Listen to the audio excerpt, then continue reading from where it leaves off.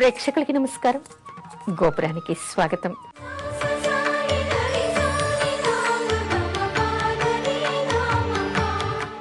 దోష నివారణకి దానం చేయలేనప్పుడు ఏం చెయ్యాలి?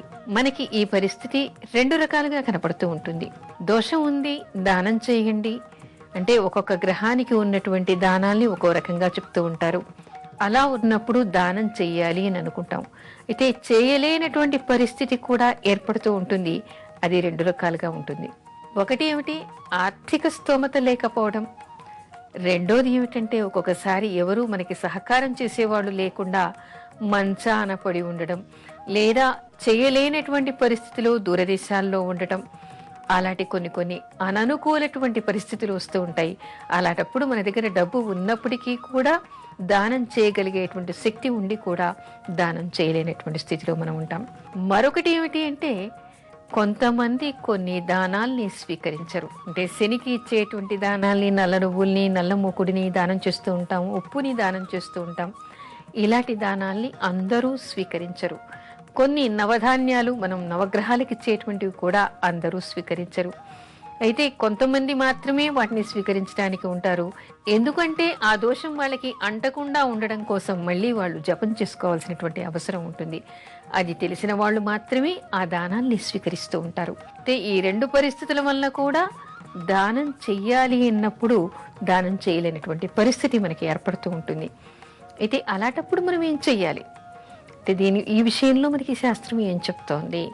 ఒక్కొక్కసారి మనం అననుకూల పరిస్థితుల్లో శక్తి ఉండి దానం చేయలేని స్థితిలో, అంటే మంచంలో ఉంటాము, అనారోగ్యంతో ఉంటాము, దగ్గర ఎవరు తీసుకెళ్లి దానం చేయించే వాళ్ళు మనకి అందుబాటులో ఉండకపోవచ్చు, లేదా విదేశంలో ఉండవచ్చు, మనకి అనుకూలం కానటువంటి దూరదేశంలో మనం ఉండొచ్చు.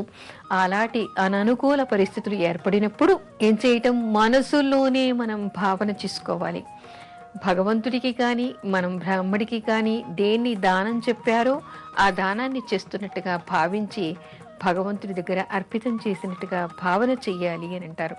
అంటే తాత్కాలికంగా వీళ్ళ మనసు ఏమిటి, దేనికి దోషమో ఆ దోష పరిహారం కోసం మానసికంగా వాళ్ళు ఆయత్తమయ్యి ఆ దోష నివారణ వాళ్ళు చేసుకుంటున్నారు కాబట్టి వాళ్ళకి శాంతి చేకూరుతుంది అనేటువంటి మాటని చెప్తారు. తర్వాత శివుడికి ధాన్యాలతో పూజ చేసేటువంటి పద్ధతి కూడా ఉంది. అంటే కేవలం మనం దానం చేయడం కోసం, దోష నివారణ కోసమే కాకుండా శివుడికి ఒక్కొక్క ధాన్యంతో కూడా పూజించేటువంటి సాంప్రదాయం ఉంది. అందుకని ఇది దోషం కాదు. కాబట్టి పెసలు కానీ, గోధుమలు కానీ, బియ్యం కానీ, నువ్వులు కానీ, ఏ ధాన్యమైనా సరే శివుడికి అభిషేకం తర్వాత పరిశుభ్రంగా దుమ్ము లేకుండా కడిగి తుడిచి అందులో ఎలాంటి రాళ్లు కూడా లేకుండా చేసి శివుడి మీద అభిషేకం తర్వాత వేసి వాటిని జాగ్రత్తగా తీసుకెళ్లి ఆవుకి కానీ సాధు జంతువులకి కానీ పెట్టాలి. అలాంటివి పెట్టినప్పుడు కూడా ఈ దోష పరిహారం జరుగుతుంది అని చెప్తారు. అలా కానప్పుడు, అది కూడా అందుబాటులో లేనప్పుడు ఇవన్నీ తీసుకెళ్లి ఒక నదీ ప్రవాహంలో వేయవచ్చు అనేటువంటి విషయాన్ని కూడా చెప్తారు. లేదా మరొక పద్ధతి ఏమిటంటే, మనం ఎప్పుడు దానం చెయ్యాలి అని అనుకుంటాం, మరో చోటికి వెళ్ళలేని పరిస్థితి ఉందనుకోండి, అది దానం చేసినట్టుగా భావించి ఆ ధాన్యాన్ని తీసి ఒక దగ్గర మూట కట్టి, అంటే మనం ముడుపులు కట్టినట్టుగా ఒక పాత్రలో కానీ, ఒక సంచిలో కానీ, ఒక కవర్లో కానీ ఆ ధాన్యాన్ని వేసేసి అది దానం చేసినట్టుగా భావించి, ఎక్కడైనా అన్న సత్రాలు ఉన్నప్పుడు ఎక్కడైనా ఇక్కడ నిత్యవారీగా చేస్తూ ఉంటారు కదా, అలా చేసే వాళ్ళకు కూడా దీన్ని సమర్పించడం వల్ల వండి అందరికీ పెడతారు. అలా పెట్టడం వల్ల కూడా దానం చేసినటువంటి ఫలితం వీళ్ళకి దక్కుతుంది. అంటే ఇక్కడ మనకి తెలుస్తున్నటువంటి విషయం ఏమిటి? రెండు రకాలుగా దోష నివారణకి మనకి అనుకూలత కుదరకపోవచ్చు. ఒకటి మన అసక్తత వలన, రెండవది దానం స్వీకరించే వాళ్ళు లేకపోవటం వలన. ఇలాంటివి ఉన్నప్పుడు మనం మనసులో భావన చేసుకోవడం, లేదా తీసి ఆ ధాన్యాన్ని పక్కన పెట్టడం, లేదా దాన్ని శివుడికి అభిషేకం తర్వాత వేసి జంతువులకి పెట్టడం, సాధు జంతువులకి పెట్టడం. అలా చేయటం వల్ల కూడా దోష పరిహారం జరుగుతుంది అంటారు. కొన్నిసార్లు అన్నదానం చేయమని చెప్తారు. అన్నదానం చేయటానికి అందరికీ శక్తి ఉండాలి, అందరికీ వీలు కావాలి. అలా కాలేదనుకోండి, అప్పుడేం చెయ్యాలి అనేటువంటి సందేహం కూడా వస్తుంది.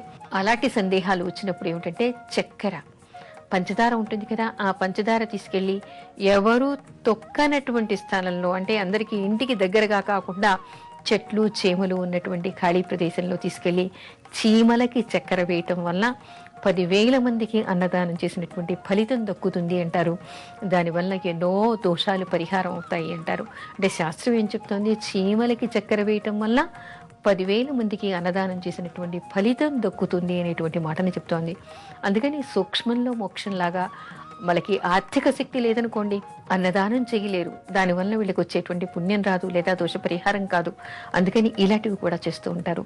ఈ విధంగా చేయటం వల్ల ఇలా మనకి అననుకూల పరిస్థితిలో కానీ, తీసుకునే వాళ్ళు లేనప్పుడు కానీ ఈ దానాలు ఈ విధంగా చేసి మనం దోష పరిహారం చేసుకోవచ్చు అని చెప్పేసి శాస్త్రవచనం.